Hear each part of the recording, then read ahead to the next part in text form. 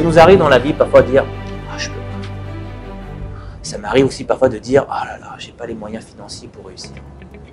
Ou par exemple « Non mais je suis pas assez intelligent pour me lancer dans ce projet-là. De toute façon, je suis quelqu'un de nul, moi. Ah, je suis bête. » Etc. etc. D'où viennent ces pensées qui sont complètement négatives, ces croyances limitantes? C'est évident que ça vient du Yetzirah. Mais d'où vient ce Yetzirah qui nous pousse parfois à nous limiter notre champ d'action? Est-ce que c'est ce que va Kadosh Baruch Hu, nous limiter dans notre champ d'action ou pas? On va essayer de répondre à cette question par une histoire.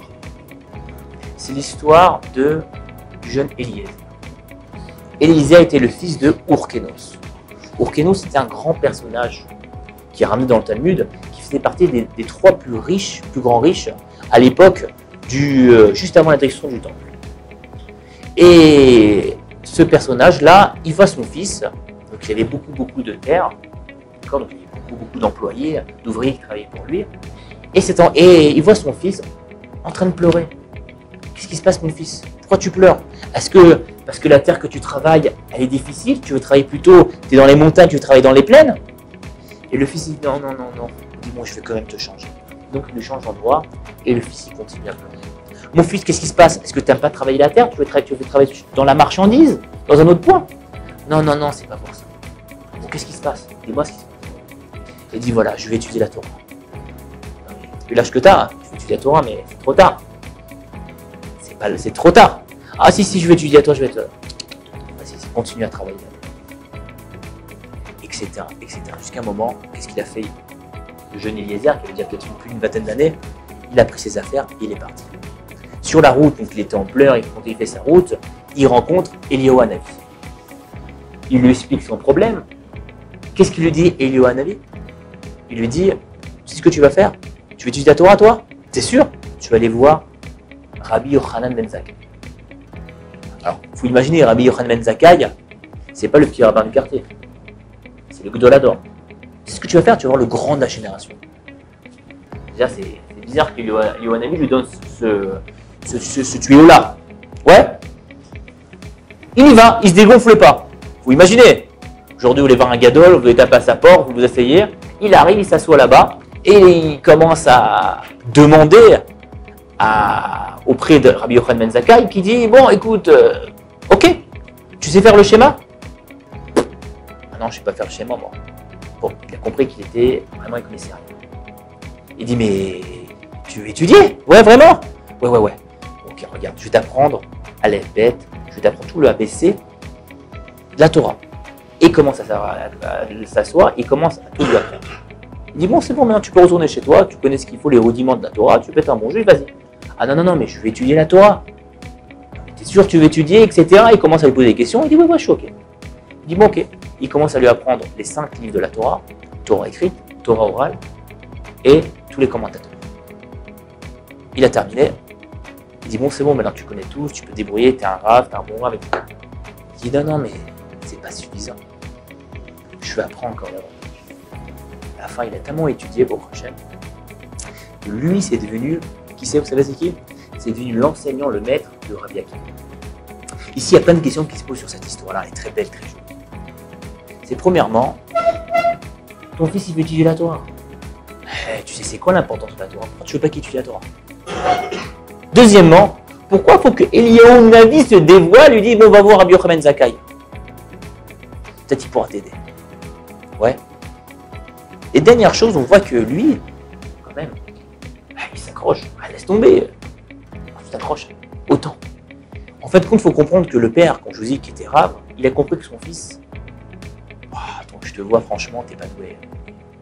T'es mon fils, je t'aime beaucoup, hein, regarde, je te donne. Regarde, un point, c'est que s'il était si riche que ça, il n'a pas demandé à son fils à travailler la terre. Ton père, il est riche. Tu brasses l'oseille, comme on dit chez nous. Hein? Tu brasses l'argent, t'es tranquille. Donc, Keilou, il a vu que son fils, n'était pas un homme d'affaires. Donc, on va le mettre travailler le champ, au moins, il rapporte quelque chose. On sait que la loisiveté, la mère de tous les vices, je veux pas que mon fils soit oisif, donc je vais le mettre au travail. Donc, il a remarqué que son fils n'était pas très intelligent. Travail. Et le fils, il n'a pas lâché. Il rencontre Eliyahu Hanavi. Eliyahu Hanavi, il Il a vu que son fils aussi, c'était pas une lumière. Mais il dit, mais tu veux t'accrocher, on voit que tu veux t'accrocher. Va voir Rabbi Yochanan Zakkai. Il arrive devant Rabbi Yochanan Zakkai, il lui pose la première question, mais tu sais que tu connais le schéma, tu n'as pas l'air de connaître grand chose. Ah non, je connais pas. On veut, je t'apprends le ABC. Ah mais, et je pense que c'est bon pour toi. Ah non, mais je vais étudier plus, etc. Jusqu'à la fin, il a grandi. Il a compris une seule chose. Une seule chose, il a compris, Rabbi Eliezer ben Poukinos. C'est que je m'en fiche de ce qu'on pense sur moi. Je m'en fiche que plusieurs fois dans ma vie, on m'a mis des limites. On m'a mis des limites. J'ai eu des défaites. J'ai eu des échecs. Il s'est dit, je m'en fiche. Moi, à partir du moment où j'ai été créé par un Dieu, et j'ai un ratson, j'ai une volonté énorme de réussir, ça va marcher.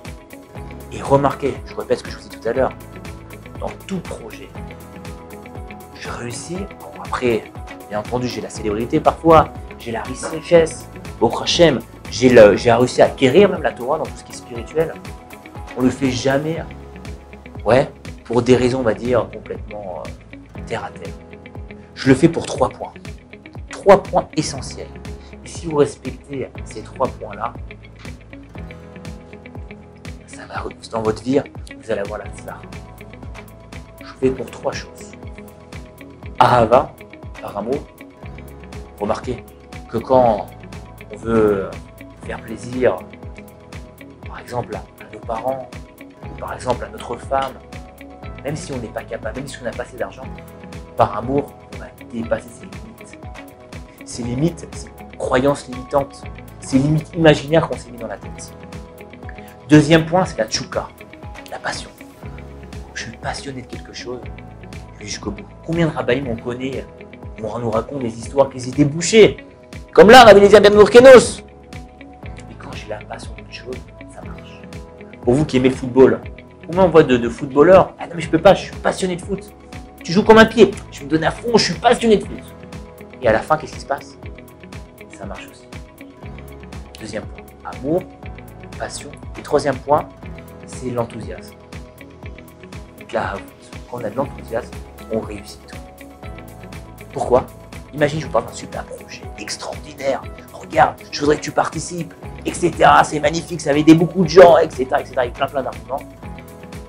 Même si dans ta tête, tu te dis,